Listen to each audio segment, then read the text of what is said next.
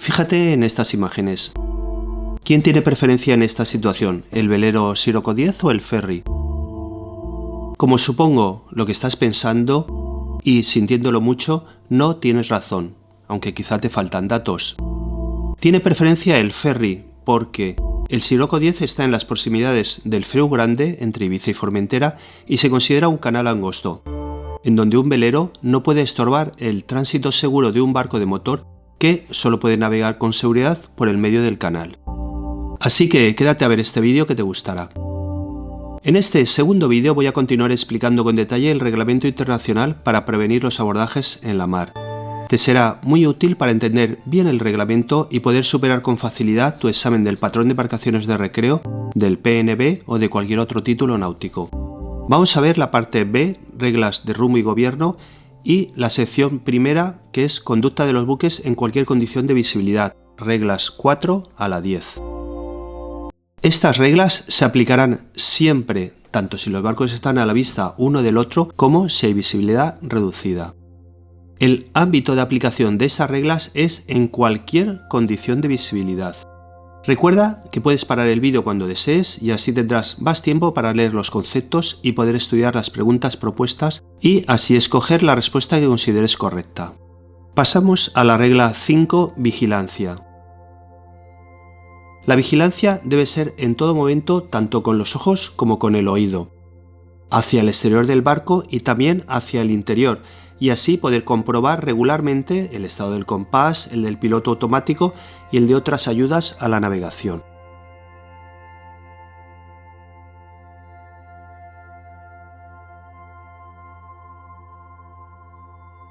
El hecho de estar fondeado no exime de mantener una eficaz vigilancia visual y auditiva. La regla 6 trata sobre la velocidad de seguridad. La velocidad de seguridad es aquella que permite ejecutar la maniobra adecuada y eficaz para evitar un abordaje y pararse a la distancia que sea apropiada a las circunstancias y condiciones del momento. La velocidad de seguridad no es un criterio que pueda aplicarse universalmente a todo tipo de buques ni a todas las situaciones. La velocidad que debe llevar un barco debe ser siempre la adecuada para prevenir un abordaje, y esto incluye tanto una velocidad máxima como una mínima, ya que los buques necesitan una mínima velocidad para gobernar. Los factores que fija el reglamento para determinar la velocidad de seguridad son el estado de visibilidad, la densidad del tráfico y la maniobrabilidad del buque. Cada barco tiene una velocidad de seguridad y debe ser siempre la adecuada para prevenir un abordaje. El número de personas a bordo no es un factor que determina la velocidad de seguridad. La hora de llegada a puerto no es un factor a tener en cuenta para determinar la velocidad de seguridad. Si hay poco calado, sí que hay que ajustar la velocidad de seguridad y reducirla. Hay que tener precaución navegando de mar a tierra, porque las luces en tierra nos pueden llevar a un error en divisar otro barco. Y lo mismo pasa con el amanecer y la puesta de sol, que nos impedirá ver los peligros y ver bien a otros barcos. Todos estos factores determinan la velocidad de seguridad.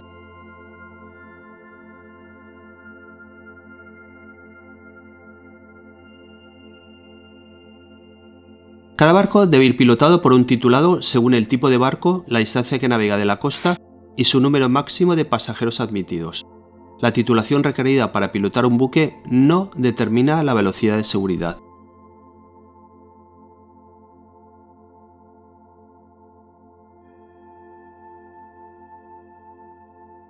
El radar es una ayuda, pero tiene sus limitaciones y aparte de lo que se muestra en la pantalla, se tendrá en cuenta las condiciones de visibilidad, la distancia a otros barcos u objetos, si hay resplandor en tierra o muchas luces que nos impidan una buena visión. Y también tendremos en cuenta las sondas existentes según el calado del barco. Así, la respuesta alfa es la más correcta. La carta electrónica tiene sus limitaciones y no determina la velocidad de seguridad.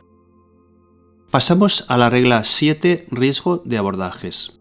Aquí tienes un barco llamado A, navegando a un rumbo y velocidad, y avista por su mura de estribor un barco llamado B y traza una visual a él.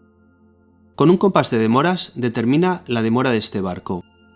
La demora verdadera es el ángulo que forma la visual a un objeto con relación al norte verdadero. En este caso es 327 grados.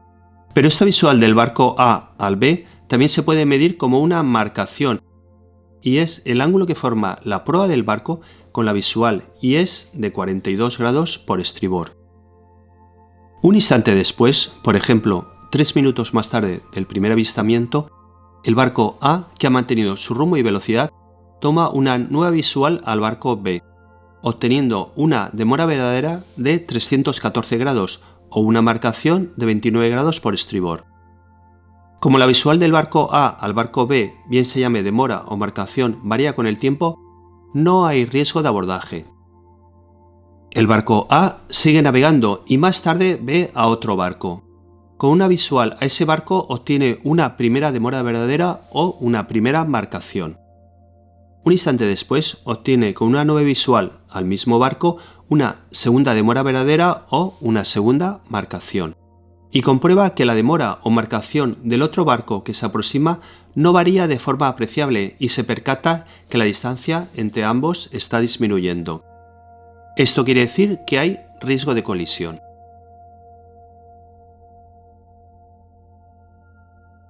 Uno de los indicios más evidentes para determinar si existe riesgo de abordaje es cuando la demora con respecto al otro buque permanece invariable o varía muy poco. Pero si cuando ves a un barco y más tarde lo ves más hacia la proa o más hacia la popa de tu barco, significa que no hay riesgo de abordaje.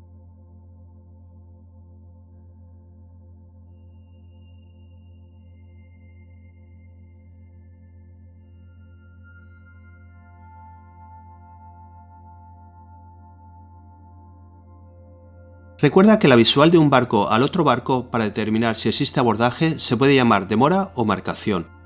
La demora se toma con relación al norte, mientras que la marcación se toma con relación a la línea de proa del barco. Entonces, cuando veas al otro barco siempre por el mismo sitio y cada vez más cerca, preocúpate porque vuestras derrotas son convergentes.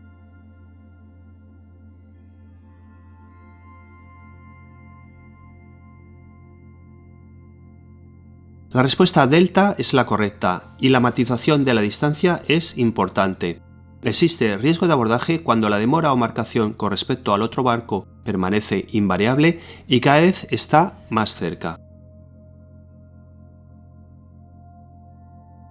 Cualquier tipo de maniobra hay que realizarla en el momento que se abrigue la más mínima duda sobre si se pudiera o no producir el riesgo de abordaje.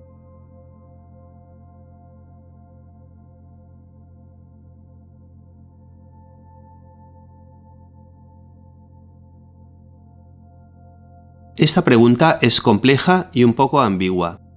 La B es falsa. Si hay dudas, se considera que sí existe el riesgo. La C también es falsa, así como la D, porque sí que se debe de emplear el radar para determinar si existe riesgo de abordaje. La alfa es la respuesta verdadera.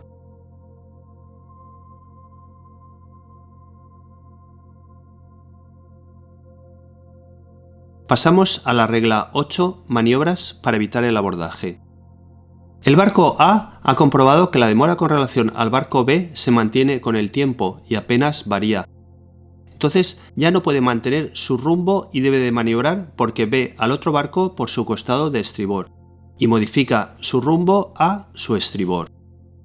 La maniobra para evitar el abordaje será llevada de forma clara, con la debida antelación y respetando las buenas prácticas marineras.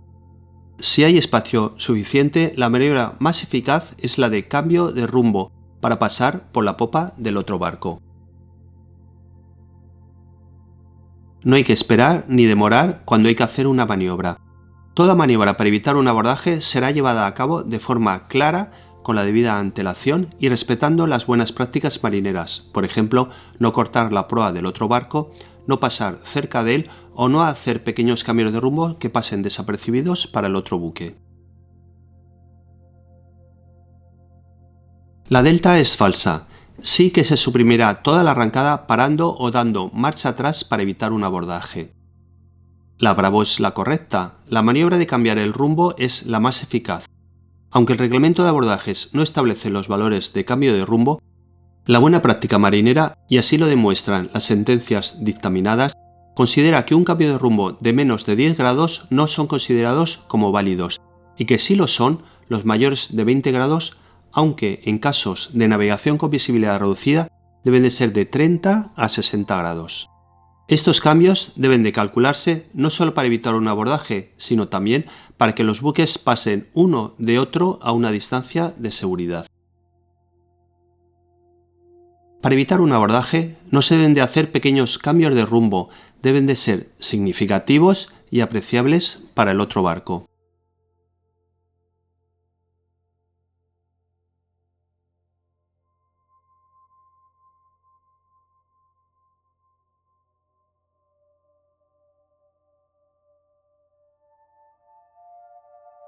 La maniobra para evitar el abordaje hay que comprobar si está siendo la apropiada hasta que el otro barco haya pasado. Pasamos a la regla 9, canales angostos.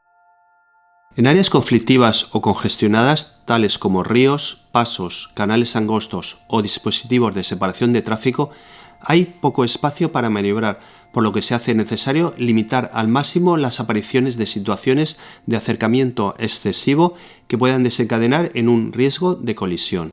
Este reglamento no concreta el término canal angosto, pero debes de interpretarlo como cualquier estrechamiento que haga difícil la navegación, como son los ríos, los canales navegables o las entradas y salidas de puertos.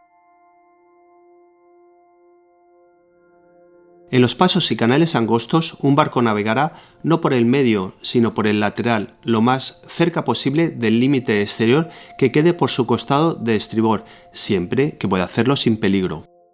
Es decir, por una bocana se sale por la banda de la luz roja y se entra por la de la luz verde.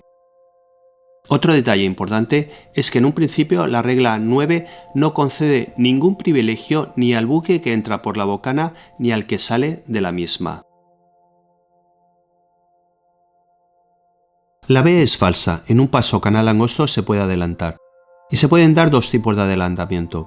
El primero, que no sea necesario que el buque que va a ser adelantado ayude en la maniobra. Este supuesto es idéntico que en alta mar y se aplica la regla 13, buque que alcanza, y no es necesario emitir ninguna señal fónica. El segundo, que sea necesario la ayuda del barco que va a ser adelantado, y en este caso será necesario emitir las señales fónicas descritas. Este es el único apartado en que el reglamento permite un acuerdo entre buques para llevar a cabo una maniobra, y aunque se realice por VHF, es imprescindible las señales fónicas. La C es falsa. El reglamento dice que los buques evitarán fondear en un canal angosto. Esto quiere decir que prohibido no lo está, salvo que se estorbe a otros barcos. La delta es la verdadera. El reglamento crea el término no estorbar el tránsito, que concede un privilegio de paso a los buques de mayor tamaño frente al resto. Se pretende que en determinados escenarios que presentan una mayor dificultad para maniobrar, como los canales angostos, no se vean estorbados en su transitar por otras embarcaciones menores, por lo que a estas se les exige dejar libre la trayectoria de los primeros. Los barcos que solo pueden navegar con seguridad dentro del paso tienen preferencia frente a los buques de eslora inferior a 20 metros, los veleros, los buques dedicados a la pesca, que no deben estorbar ni a los veleros ni a los inferiores de 20 metros, y los buques que crucen un canal angosto. Lo que se pretende con esta regla es favorecer a los buques de mayor tamaño o en condiciones especiales de navegación y su difícil maniobra ante barcos o embarcaciones pequeñas. Los buques que se dedican a cruzar pasajeros y mercancías de una orilla a la otra se abstendrán de llevar a cabo tal maniobra si con ella estorban el transitar de un buque que solo puede navegar con seguridad dentro de dicho paso o canal.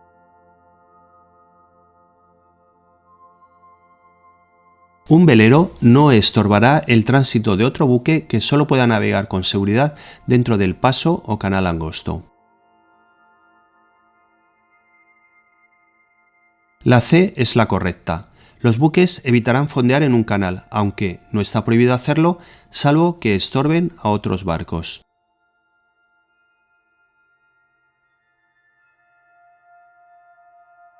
Pasamos a la última regla de esta sección, la regla 10, dispositivos de separación de tráfico.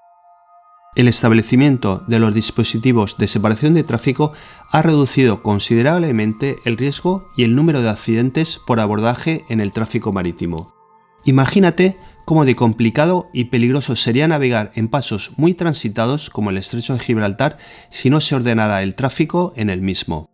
Los dispositivos de separación de tráfico tienen los siguientes elementos: las vías de circulación, una en cada sentido; los límites laterales que delimitan las vías de circulación; la zona de separación, que es la zona intermedia cuya función es separar las dos zonas de circulación; las zonas de navegación costera, que es la zona entre la costa y el límite lateral.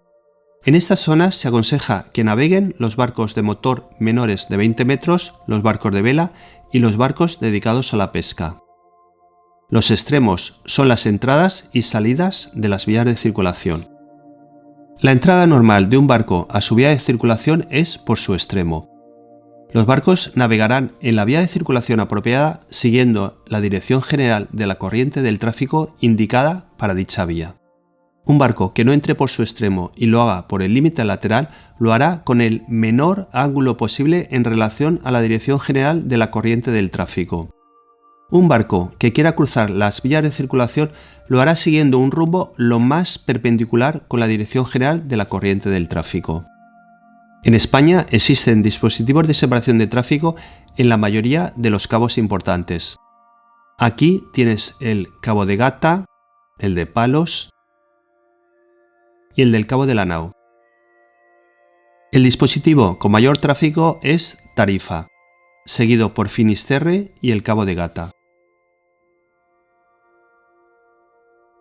Los buques que utilizan un dispositivo de separación de tráfico deberán navegar en la vía de circulación apropiada, siguiendo la dirección general de la corriente del tráfico indicada para dicha vía. La alfa es verdadera. La B es falsa, porque los buques que no están cruzando una vía de circulación o que estén entrando o saliendo de ella no entrarán normalmente en una zona de separación ni cruzarán una línea de separación, excepto en caso de emergencia, para evitar un peligro inmediato o para dedicarse a la pesca. La C también es falsa, porque al entrar o salir de una vía de circulación hay que hacerlo por sus extremos, pero al entrar o salir de dicha vía por uno u otro de sus límites laterales hay que hacerlo con el menor ángulo posible en relación con la dirección general de la corriente del tráfico. Los barcos de motor menor de 20 metros, los buques de vela y los buques dedicados a la pesca sí que pueden ir por la vía de circulación, pero sin molestar a los barcos grandes, que son los únicos que están obligados a ir por estas vías. Y aunque el barco de vela sea muy grande, imagina que tiene 80 metros de eslora, sigue sin tener ninguna preferencia si navega por la vía de circulación, y si se le acerca un barco de motor de, por ejemplo, 21 metros, se tendrá que apartar. Aunque los barcos de motor menor de 20 metros, los barcos de vela y los barcos dedicados a la pesca pueden ir por las vías de circulación, se les recomienda utilizar la zona de navegación costera.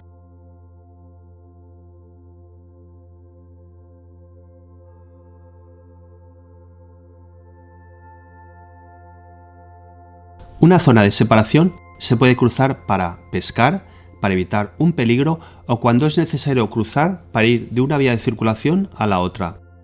El reglamento especifica de seguir un rumbo que en la medida de lo posible forme una perpendicular con la dirección general de la corriente de tráfico, y esto reduce las posibilidades de que los demás buques se confundan en cuanto a las intenciones y el curso del buque que cruza, y a su vez permite a ese buque cruzar la línea lo más rápido posible. Los buques dedicados a operaciones de mantenimiento de la seguridad dentro de la navegación en un DST quedarán exentos del cumplimiento de esta regla cuando tengan la consideración y muestren las marcas y luces de barco con capacidad de maniobra restringida. La entrada normal de un barco a su vía de circulación es por su extremo. Los barcos navegarán en la vía de circulación apropiada siguiendo la dirección general de la corriente del tráfico indicada para dicha vía. Un barco que no entre por su extremo y lo haga por el límite lateral lo hará con el menor ángulo posible en relación a la dirección general de la corriente del tráfico. Un barco en un DST navegará por el medio de su vía de circulación y alejado de los límites laterales y de la zona de separación. Un barco de pesca lo puede hacer en la zona de separación. Los barcos evitarán fondear dentro de un dispositivo de separación de tráfico o en las zonas próximas a sus extremos, pero no está prohibido, salvo que se dificulte la circulación de otros barcos. Y con esto acabo este segundo vídeo sobre el RIPA. En un tercer vídeo continuaré con la parte B, la sección 2. Espero que te haya gustado este vídeo y lo encuentres interesante para superar con éxito tu examen de náutica. Valora en apuntarte a nuestro curso del PER online, un curso muy completo y ameno con un precio muy ajustado. Puedes hacer clic en me gusta y dejar algún comentario. Si te suscribes a mi canal estarás al tanto para cuando suba nuevos contenidos y así me ayudarás para la difusión de estos contenidos. Saludos y hasta pronto.